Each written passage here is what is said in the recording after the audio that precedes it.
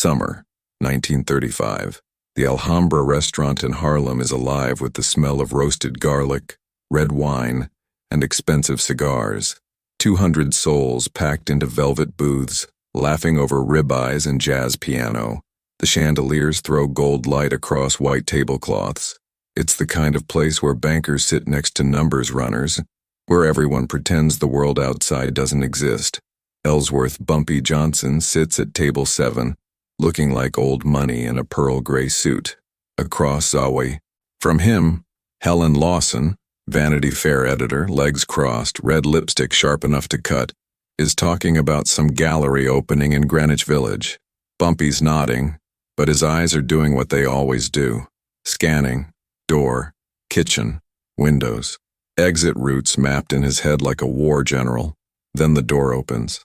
The man who walks in weighs 240 pounds of Chicago-trained violence, Ulysses Rollins. They call him the Bull. 11 bodies before his 25th birthday, hands like cinder blocks, eyes like a man who stopped feeling things a long time ago. He's wearing a dark wool coat even though it's 85 degrees outside, and everyone in the room knows what that means. He's carrying. The jazz piano stutters. Conversations die mid-sentence. Forks freeze halfway to mouths.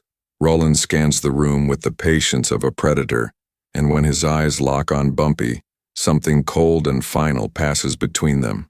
Dutch Schultz paid $15,000, cash, no receipts, for this moment to be loud, public, and humiliating.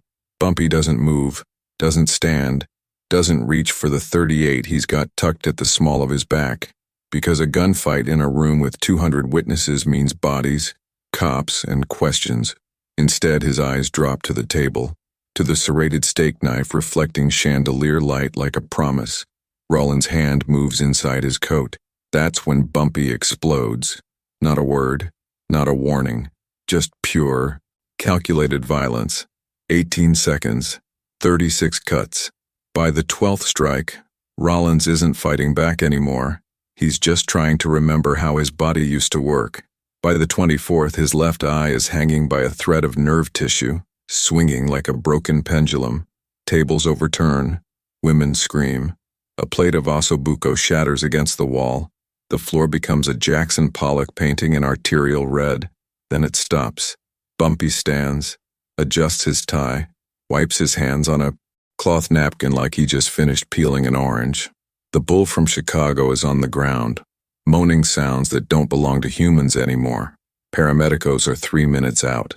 The entire restaurant is frozen in shock. And Bumpy? He sits back down, smooths his jacket, looks up at the trembling waiter and says, calm as Sunday morning, I got a sudden craving for spaghetti and meatballs.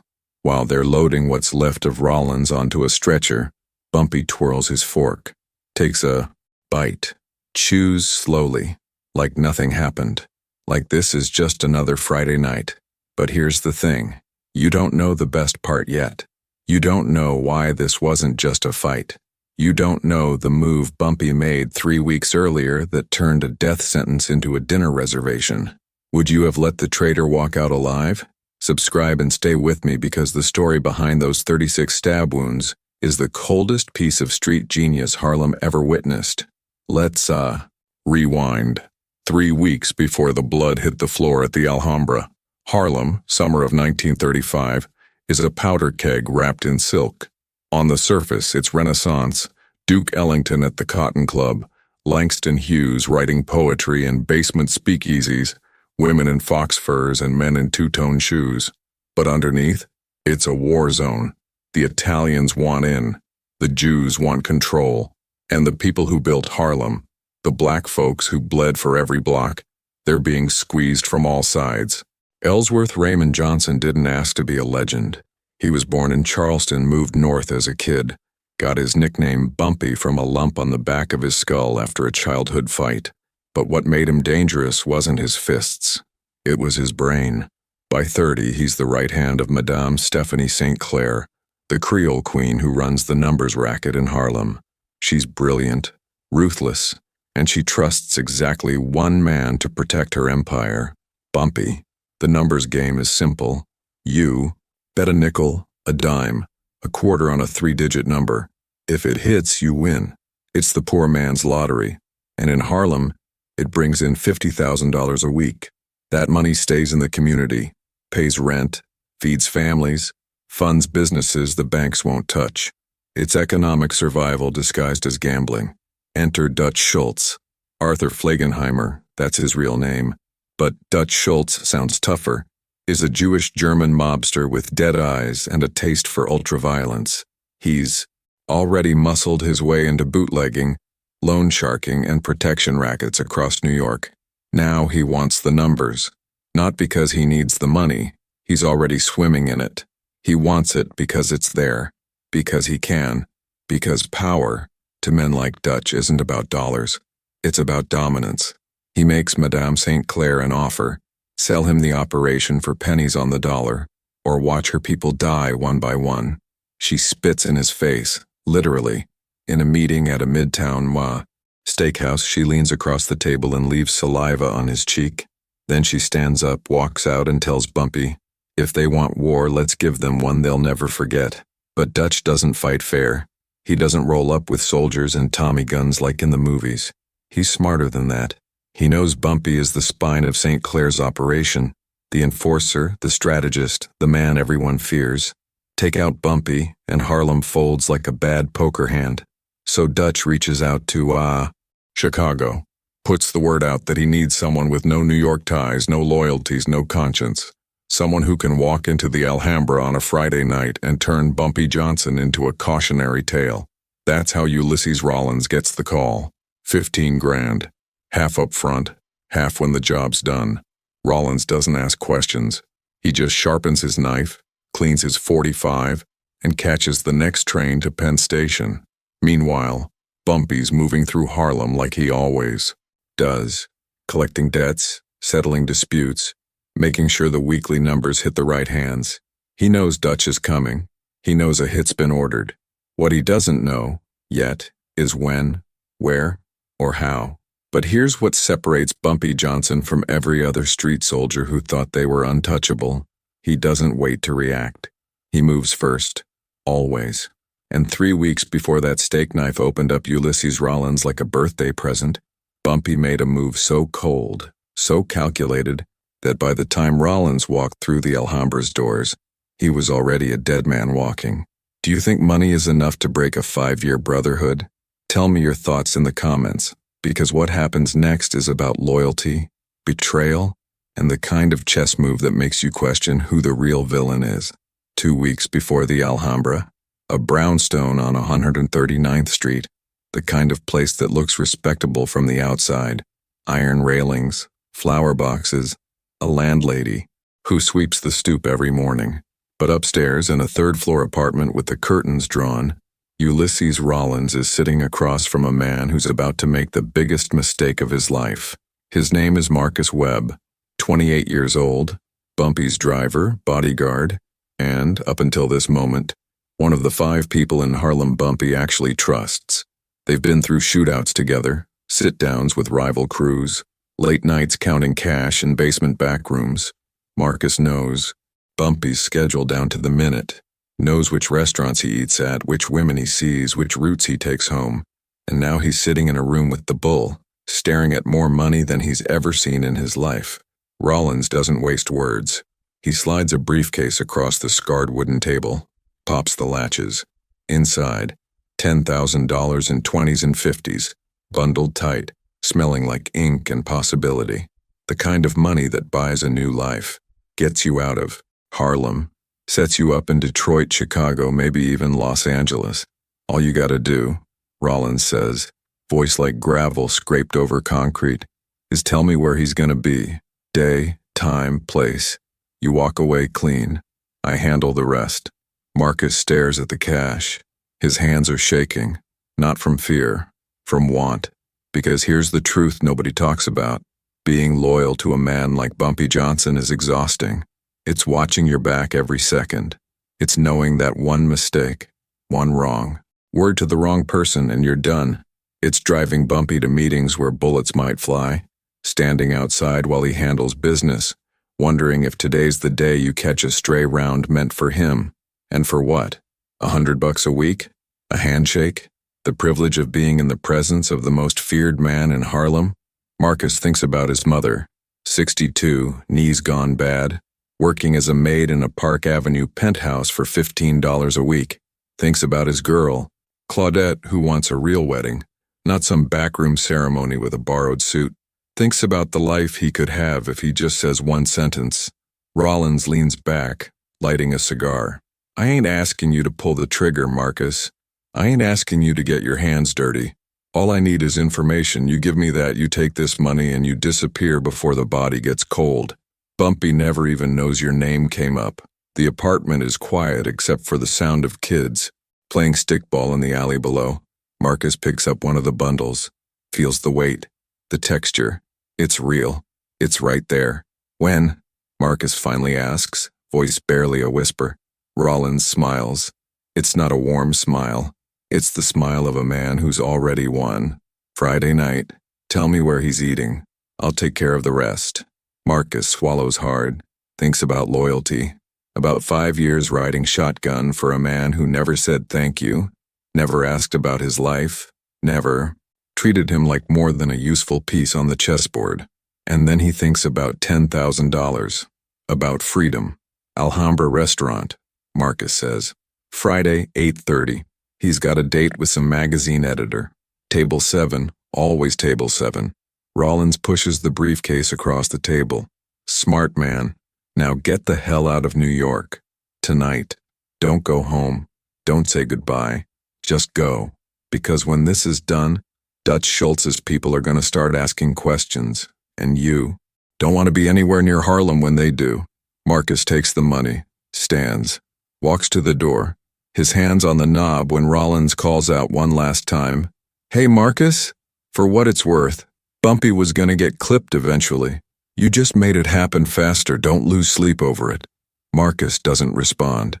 He walks down 3 flights of stairs, out into the Harlem summer heat, and disappears into the crowd. 2 hours later, he's on a train to Philadelphia, the briefcase tucked between his feet, his heart pounding like a war drum. He tells himself he made the smart play. That survival trumps loyalty. That Bumpy would have done the same if the roles were reversed. But here's what Marcus doesn't know. What he can't know because his brain isn't built like Bumpy Johnson's. 3 days ago, Bumpy sat down with a man named Jerome Silky Patterson, the best pickpocket in Harlem. And Bumpy said very calmly, I need you to lift Marcus's wallet tomorrow. Don't take the money, just bring me anything else that's in there. The next day, Silky returned with a business card, plain white, no name, just an address, 139th Street, 3rd floor. Bumpy stared at that card for a long time. Then he smiled. Who do you think the real villain is here? The mobster paying for murder? Or the brother who sold out for a briefcase full of dreams? Drop your answer below, because what Bumpy does next is the coldest lesson in power Harlem ever learned. Wednesday morning, 48 hours before the Alhambra, Bumpy Johnson is sitting in the back room of a barbershop on Lenox Avenue, getting a straight razor shave from a man named Clarence, who's been cutting hair in Harlem since before the war. The room smells like bay rum and leather. There's a chessboard on the table. Bumpy's 3 moves away from checkmate against himself. The door opens. A kid, can't be more than 17, pokes his head in. Boss? He's here. Bumpy nods. Send him in. Marcus Webb walks in looking like a man who hasn't slept in 2 days. His suit's wrinkled. His tie's loose. His eyes are bloodshot. He tries to smile, but it comes out crooked. Morning, Bump. Bumpy doesn't look up from the chessboard. Marcus, have a seat. Marcus sits. His legs bouncing. His hands keep moving. Pocket to knee to armrest and back. Classic tell. Bumpy's seen it 1,000 times. Fear dressed up as nerves. You all right? Bumpy asks, moving a rook. You seem jumpy. Nah, I'm good, just didn't sleep great. Heat's been murder. Yeah, summer in Harlem. Bumpy finally looks up. His eyes are calm, almost kind. You know what I love about chess, Marcus? Marcus blinks. No. It's not about the pieces. It's about information. You gotta know what your opponent's thinking before they know.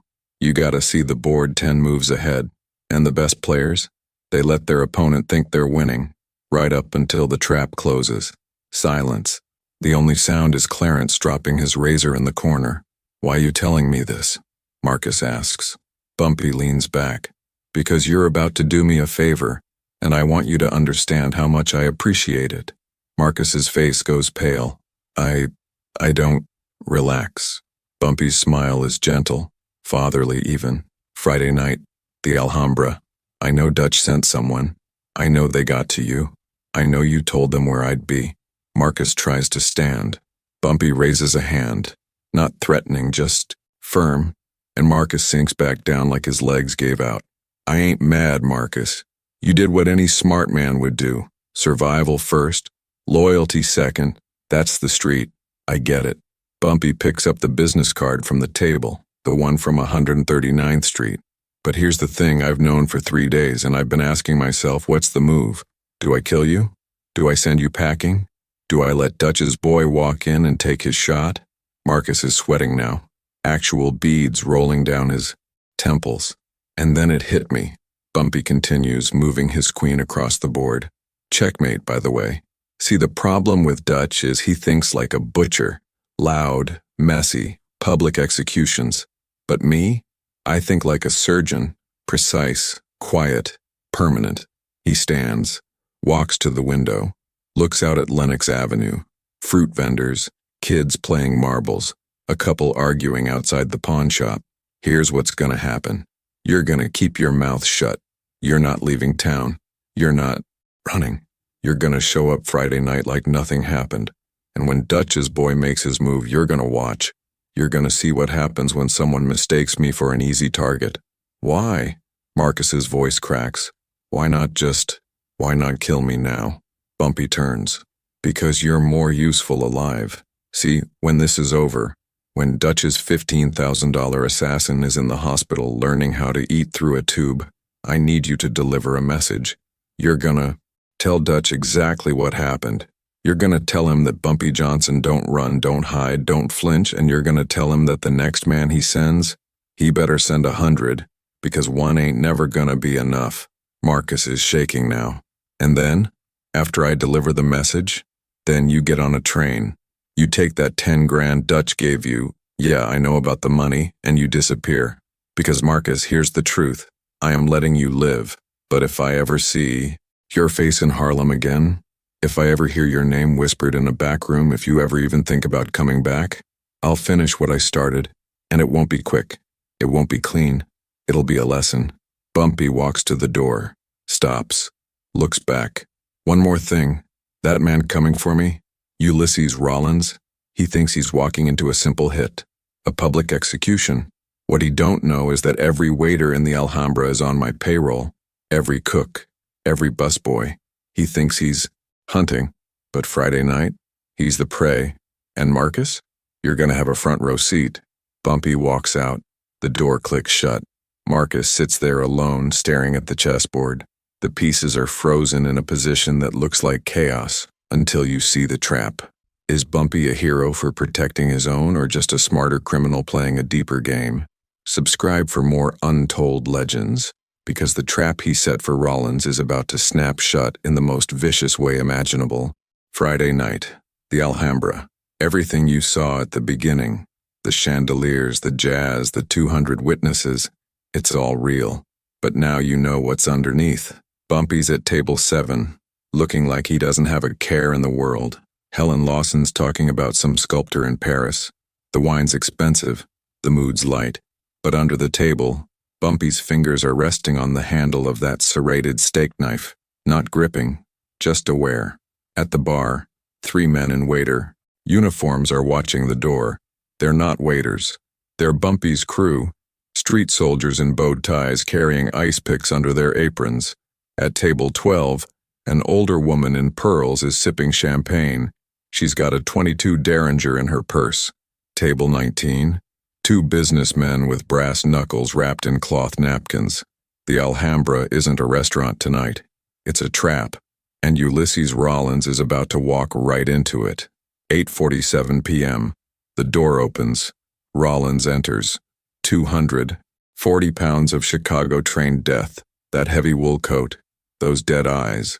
He scans the room, moving slow, methodical, like a shark testing the water, his hands already inside his coat, fingertips on the grip of a .45. Bumpy doesn't look up. He's cutting his steak. Calm, controlled, but his entire body is coiled like a spring. Rollins spots him, starts moving between tables. 20 feet, 15, 10. That's when Helen Lawson, magazine editor, art critic, woman who's never seen violence up close, notices something's wrong. Ellsworth, she whispers. That man, I know, Bumpy says softly. When I move, you drop. Understand? She nods, eyes wide. Rollins is 5 feet away now, close enough that Bumpy can smell the nervous sweat under his cologne, close enough to see the bulge of the gun under his coat. Rollins' hand starts to move, pulling the .45 from his shoulder holster, thumb flicking the safety, and that's when Bumpy moves, not toward the gun, toward the man, because Bumpy knows something Rollins doesn't. In close quarters, a knife beats a gun every time. By the time Rollins clears leather, Bumpy's already inside his reach, left hand clamping down on Rollins' wrist like a vice, right hand driving that serrated steak knife up under his rib cage. First cut. Rollins gasps. His finger spasms on the trigger. Bang! The shot goes wild, blowing out a chandelier. Glass rains down. Women scream. Men dive under tables. But Bumpy's not done. Not even close. Second cut. Third. Fourth. He's not stabbing wildly. He's working. Liver, kidney, spleen. Each strike is anatomically precise. Rollins tries to fight back, throws a haymaker that would have killed a normal man, but Bumpy slips it, comes back with cuts 5, 6, 7. The bull's coat is turning black with blood. His knees start to buckle. You came to my city, Bumpy hisses, close enough that their foreheads almost touch. You took Dutch's money. You thought I was an easy payday. 8, 9, 10. Rollins swings the gun like a club, catches Bumpy across the temple. Stars explode behind Bumpy's eyes. For half a second the world tilts. But Bumpy's been hit harder, fought meaner, survived worse. He shakes it off, grabs Rollins by the collar and drives the knife in again. 11, 12. You should have stayed in Chicago. Rollins drops the gun. His hands come up, trying to protect his face, his throat, anything vital. But Bumpy's a surgeon now. 13. Cuts open Rollins' left forearm to the bone. 14 takes 3 fingers. 15. That's the one that gets the eye. Bumpy doesn't mean to.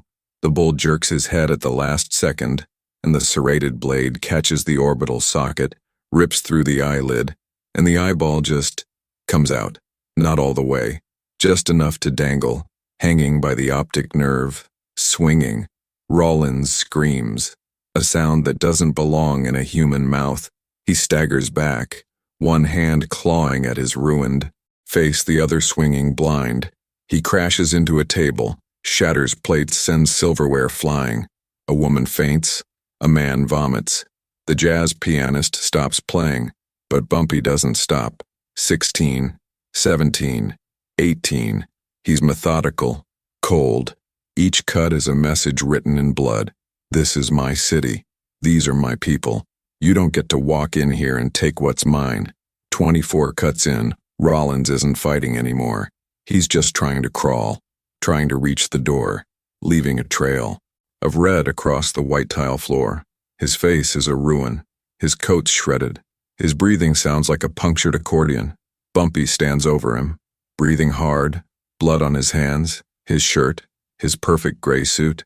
The knife's bent from hitting bone.